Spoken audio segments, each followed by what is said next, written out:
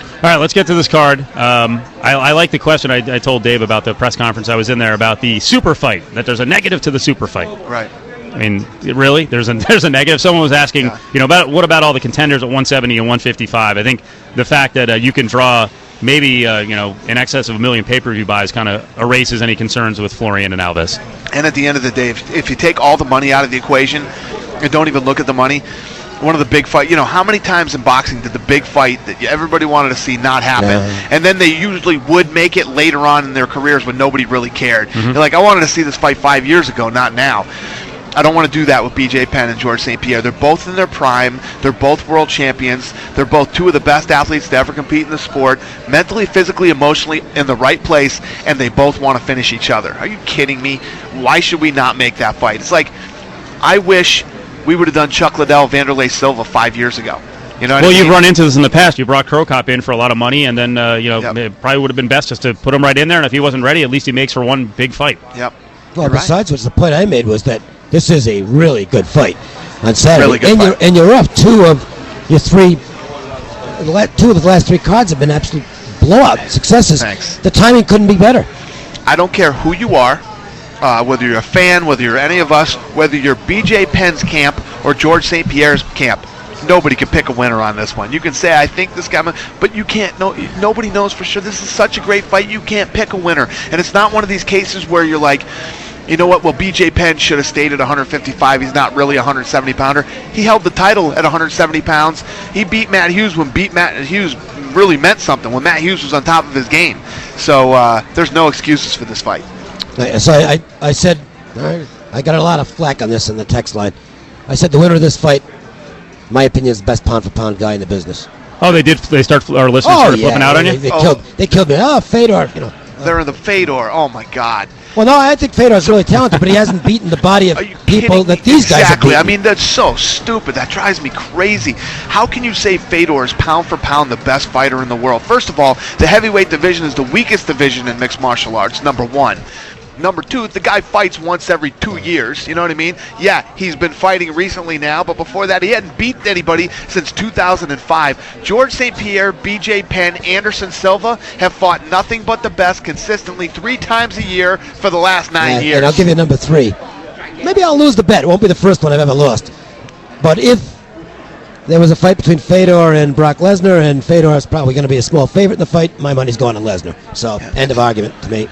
Listen, at the end of the day, and I could say, you know what, maybe fans could say maybe Fedor will win, or this guy will win. That we can sit here and debate all day long. There's only one way to find out, and that's to have them fight. And BJ Penn and George St. Pierre are fighting each other. Anderson Silva fights guys. Fedor wants to hang out and let his managers make all these different rules and all this other stuff. To call him pound for pound best in the world is absolutely retarded. So do you think there will be a day where the options run out with other companies, where not that they're going to come crawling to you, because I know the requirements they want on a deal are a little bit different than everyone else, but is there a day when they finally let in? I don't know. I mean, I'm here. Yeah. I'm here. I'm ready to talk. And I got to tell you, watching that event, and I thought just the aura around the guy. I think he could be the biggest star in fighting if he continues to win, and I think the combo of him with you guys would be ridiculous. Yeah. Well, I'll give you this one. Brock Lesnar went and fought in K1, and nobody cared. Nobody watched it. Nobody cared. No. Brock's like, get me the hell out of here. He left, and I think that if we did a big fight between our big heavyweight and him, I think it could be big too. But like I said, if he doesn't care, I don't care. Why should I care if he doesn't? Yeah. The primetime show, you guys are, I know, completely thrilled with that. I tell you, it threw me a little bit, that first episode with you on the phone with BJ as he's swimming there. I trust that he's not being lazy, but you threw me off a little bit. I like BJ in the fight. That gave me some... So that was real. That whole thing was real. Absolutely. We don't contrive anything. We don't do anything that isn't real. And me and him got into a big fight over that whole thing. Explain what happened. The bottom line is, I heard when I got into the edit facility in New York and we started putting episode 1 together, we find out he's gone for 5 days. I'm like, why don't we have better training footage of him? Well, he's not training. I'm like, what do you mean he's not? Well, he took 5 days off. He's been off for 2, and he took 5 days off. So I call. This is the great part. You're filming him, and you call the manager, and you're like, "Is BJ sticking to his his plan?" Oh yeah, he's fine. Like we're watching you. Well, what happened was they didn't know that. I don't think they knew that I was being filmed on the other end. You know what I mean? Yeah. They didn't know I was being filmed on the other end. Yeah, but they have to know you're involved in the project and you're seeing the video. Yeah. Those pens sometimes. I hear you. So I call over there, and it would have been this easy. Yeah, I'm taking 5 days off. I would have said, why? Because this is what I do in my training camp. You know, my body's broken. Now I take 5 days off. And I would have said, okay, I don't get involved in the guy's training. They, you know, if a guy wants to show up and not train and get his ass kicked, that's up to him. But this is such a big fight, and we've come so far with all the things. I don't want any excuses for this fight. So I was just calling to see what was up. And then you saw what happened. He got pissed off, and he and I got into a huge fight. Me and his brother got in a huge fight. Yeah. We could have done a behind the scenes on the behind the scenes, and you know, then I started getting nervous because I felt like I was interfering with the fight, like I was messing with his head when he didn't need his head being messed with. So I completely pulled back. You know, then he comes out in the next episode saying he wants to slap me. You know, and I let him do what he wanted to do. I backed off so that, you know, nothing interfered with this fight.